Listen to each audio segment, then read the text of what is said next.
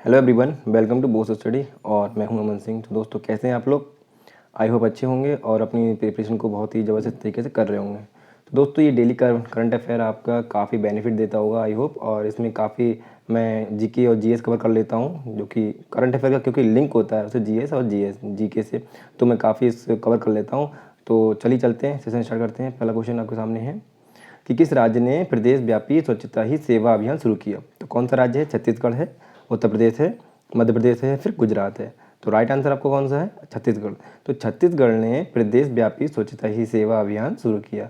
ठीक है, ये हमारे स्वच्छता सेवा यानी कब से 15 सितंबर से 2 अक्टूबर तक ये फिर मनाया जाएगा। जिला स्वच्छता भारत मिशन ग्रामीण के लिए ग्रामीणों में स्टार्ट किया गया है। छत्तीसगढ़ की बात कर लेते हैं तो भिलाई लॉ इस्पात संयंत्र छत्तीसगढ़ में स्थित है दोस्तों।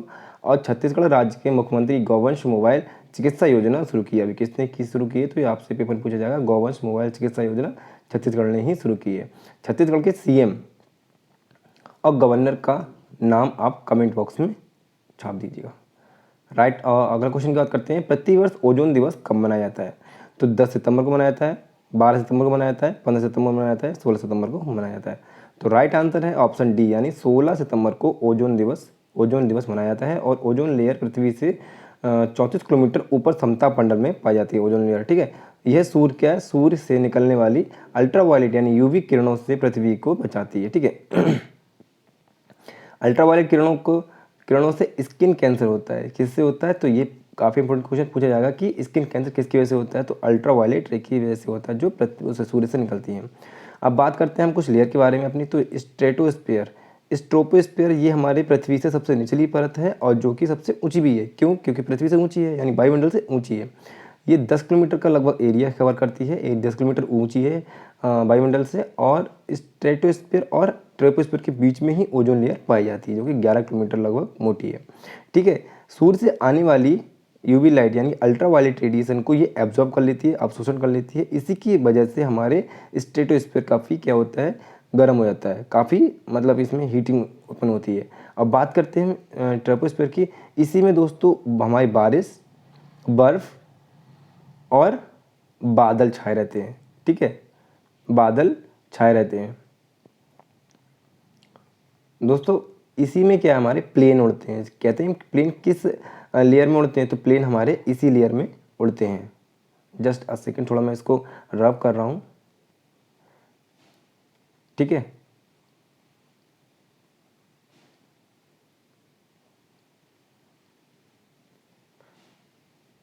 आगे बात करते हैं कि ये हमने बात कर ली मीजोस्फीयर की। अब मीजोस्फीयर स्ट्रेटोस्फीयर की बात है कि ये 50 किलोमीटर का मतलब एरिया होता है इसमें, और ये मीजोस्फीयर में 80 किलोमीटर का होता है। मीजोस्फीयर में ही हमारे उल्का पिंड आपने देखोगे, जिसमें हीट काफ़ी होती है। उल्का पिंड इसी लेयर में हमारे मूवमेंट करते रहते हैं, घूमते रहते हैं। ठीक है, आगे चलते हैं। क्लोरोफ्लोरोकार्बन के कारण यूवी लाइट का क्षरण होता रहा है। किसकी वजह से? यूवी यानी कि क्लोरोफ्लोरोकार्बन की वजह से ही हमारी अल्ट्रावायलेट रेज की का क्षरण होता है। और क्षरण को रोकने के लिए मॉन्ट्रियल प्रोटोकॉल कनाडा में 2000 मतलब 16 सितंबर 1987 को हुआ था। किसको? क्षरण को रोकने के लिए ही कनाडा में एक आयोजन किया गया था, मॉन्ट्रियल प्रोटोकॉल, जिसके नाम से जाना जाता है। ठीक है, अब बात करें किस दल ने दुनिया का पहला महिला ऊंट सवार दल तैयार किया? तो बीएसएफ ने किया, सीआरपीएफ ने किया, सीआईएसएफ ने, आईटीबीपी ने। तो राइट आंसर है ऑप्शन ए, बीएसएफ सीमा सुरक्षा बल, यानी बीएसएफ ने दुनिया का पहला महिला ऊंट सवार दल तैयार किया है। ठीक है, अब बीएसएफ की बात करें तो स्थापना कब हुई थी? 1965 में हुई थी, भारत पाक युद्ध के बाद में। भारत पाक युद्ध कब मन का किया हुआ दोस्तों? 1965 में भारत पाक युद्ध भी हुआ था। ठीक है, बीएसएफ के महानिदेशक कौन है? पंकज कुमार इसके महानिदेशक हैं। अगला क्वेश्चन की बात करते हैं, ई बिल निदान पोर्टल का संबंध किससे है? तो राष्ट्रीय मानवाधिकार आयोग, राष्ट्रीय बाल अधिकार संरक्षण आयोग या महिला आयोग। ठीक है, और यह इनमें से कोई नहीं। तो राइट आंसर है ऑप्शन बी, राष्ट्रीय बाल अधिकार संरक्षण आयोग। ठीक है, यह 2005 एक्ट के तहत गठित किया गया था। National commission for protection of child rights. ठीक है, ये चाइल्ड को राइट के लिए प्रोटेक्शन करता है। आगे क्वेश्चन की बात करते हैं कि नामीबिया से आए 8 चीतों को किस राष्ट्रीय उद्यान में रखा गया है? नामीबिया से हमने 8 चीते मंगाए हैं। अब किस राष्ट्रीय उद्यान में रखे गए हैं? काजीरंगा में, मानस में, पेंच में या कूनो में?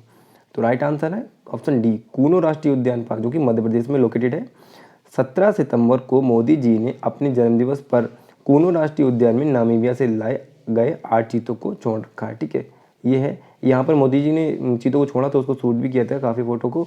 और ये है कुछ अदर की बात कर लेते हैं। नेशनल पार्क भारत में पाए जाते हैं कौन कौन से, मतलब कि है सबसे छोटा नेशनल पार्क तो कहाँ पर है, साउथ बटन, अंडमान निकोबार में लोकेटेड है।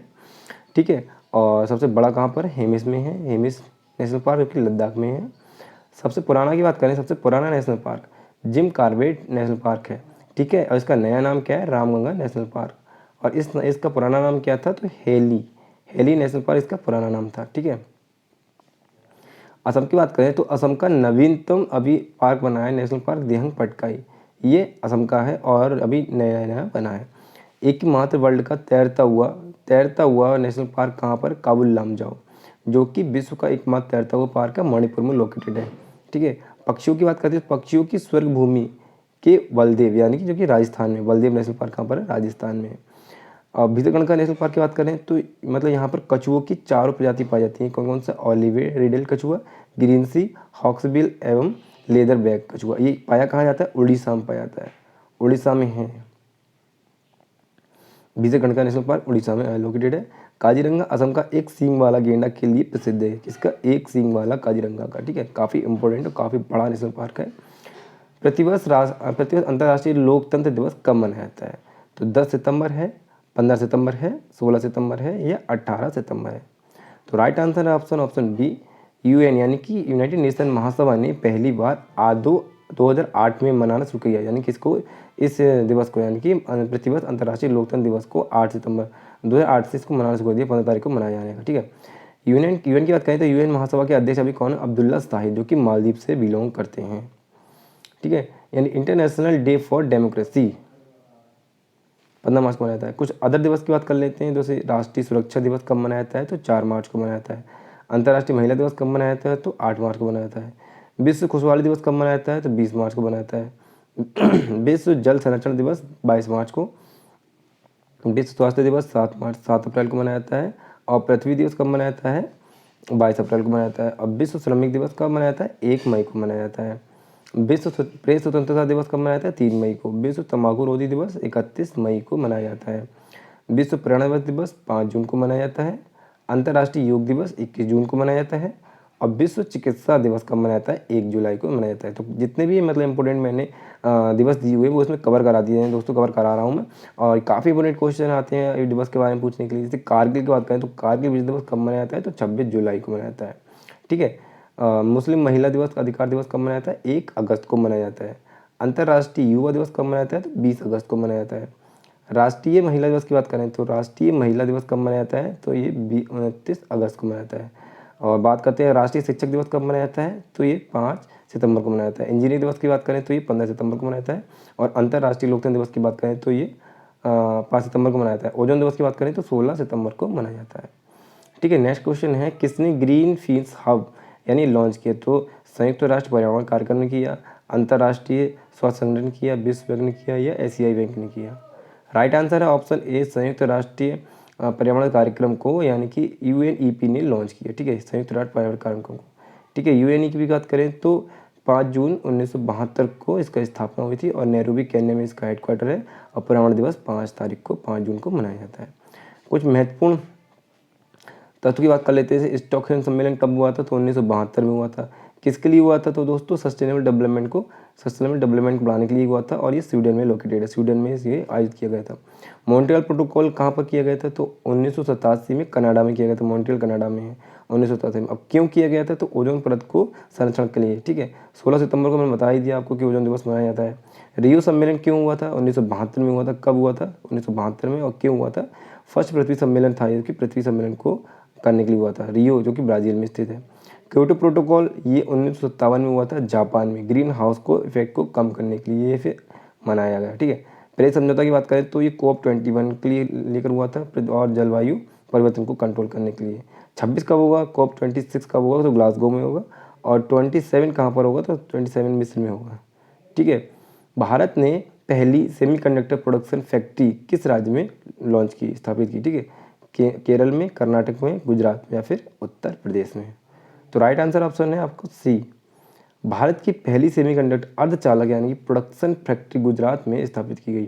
ठीक है, वेदांत फॉक्सकॉन के निवेश इसमें निवेश किया, वेदांत फॉक्सकॉन ने इसमें निवेश किया। अर्धचालक के उदाहरण हैं दोस्तों सिलिकॉन और जर्मेनियम। चालक कौन कौन से होते हैं आपको पता है, सिल्वर होता है, कॉपर होता है और एल्यूमिनियम होता है। अर्धचालक रबड़ और लकड़ी है, इसमें क्या है इलेक्ट्रिसिटी मतलब कि मूवमेंट नहीं करती है। ये हमारा सेमीकंडक्टर। गुजरात की बात कर लेते हैं तो भारत की पहली बालिका पंचायत गुजरात में शुरुआत की गई थी। मोदी जी ने पहला नैनो यूरिया तरल संयंत्र का उद्घाटन कल्लोल गुजरात में किया। अभी इसके बारे में पढ़ाया भी था आपको। और मोदी जी ने गुजरात में मातृ शक्ति योजना और पोषण सुधा योजना की शुरुआत की। और 2022 में राष्ट्रीय खेल मेजबानी गुजरात करेगा। कहाँ पर करेगा? 36वां संस्करण होगा गुजरात में होंगे। कौन से? राष्ट्रीय खेल। और बात करते हैं तो मोदी जी ने डिजिटल भारत सप्ताह का शुभारंभ गांधीनगर से किया। डिजिटल भारत योजना की शुरुआत 2015 में की गई थी। ठीक है, राष्ट्रीय स्मारक प्राधिकरण ने संकल्प भूमि बरगद वृक्ष यानी परिसर यानी बड़ोदरा को राष्ट्रीय स्मारक बनाने की घोषणा की है। किसको? बड़ोदरा को परिवृक्ष यानी कि राष्ट्रीय स्मारक बनाने की घोषणा की है। किसने की? राष्ट्रीय स्मारक प्राधिकरण ने। डिफेंस एक्सपो के बारे में बात करें तो संस्करण को आयोजित किया गया कहाँ? गांधीनगर में। और 2020 का कहाँ किया गया था? 2020 का लखनऊ में किया गया था, उत्तर प्रदेश में। खादी इंडिया द्वारा अहिली खादी फैशन शो का आयोजन कहाँ किया गया था? गांधी में किया गया था, गांधीनगर में किया गया था, सॉरी। बात करते हैं किसने नई दिल्ली में राष्ट्रीय लॉजिस्टिक नीति का शुभारंभ किया? तो राजनाथ सिंह जी ने किया, नितिन गडकरी ने किया, पीयूष गोयल या फिर नरेंद्र मोदी जी ने किया। तो राइट आंसर है नरेंद्र मोदी जी यानी कि ऑप्शन डी। मोदी जी ने नई दिल्ली में राष्ट्रीय लॉजिस्टिक नीति नेशनल NLP का शुभारंभ किया। परिवहन में माल की ढुलाई के लिए किया गया। इसमें काफ़ी हेल्प मिलेगी परिवहन वालों को और जो कि हमारे ट्रांसपोर्ट को काफ़ी हेल्प मिलेगी। नेशनल लॉजिस्टिक पॉलिसी को लॉन्च किया। दिल्ली की बात कर लेते हैं तो नई दिल्ली में ज्योतिर्गमय उत्सव का आयोजन किया गया। इसके तहत सभी वाद्य यंत्र बजाने वाले को एकत्रित किया जाएगा। ठीक है, अमृत महोत्सव का आयोजन दिल्ली में किया गया था। ठीक है, शहरी और आवासीय मामलों के मंत्री हरदीप सिंह पुरी ने स्वनिधि महोत्सव का आयोजन किया। ठीक है, दिल्ली में आयोजन किया। ठीक है, और स्वनिधि योजना की शुरुआत 2020 में की गई थी। काफ़ी इंपॉर्टेंट है क्योंकि पूछ लेते हैं कि स्वनिधि योजना कब शुरुआत की गई थी। भारत के पहले पशु शिखर सम्मेलन का आयोजन दिल्ली में हुआ। ठीक है, और नई दिल्ली में सहभागिता योजना की शुरुआत की गई थी। ठीक है, उपराज्यपाल विनय कुमार सक्सेना जी के द्वारा। अभी बात कर लेते हैं मुख्यमंत्री कौन है? अभी केजरीवाल जी हैं। उप मुख्यमंत्री कौन थे? तो मनीष सिसोदिया जी हैं। और राज्यपाल कौन है? विनय कुमार सक्सेना है। अभी विधानसभा की सीटें कितनी हैं यूपी में? दिल्ली में तो 70 हैं और लोकसभा की कितनी है? 7 है।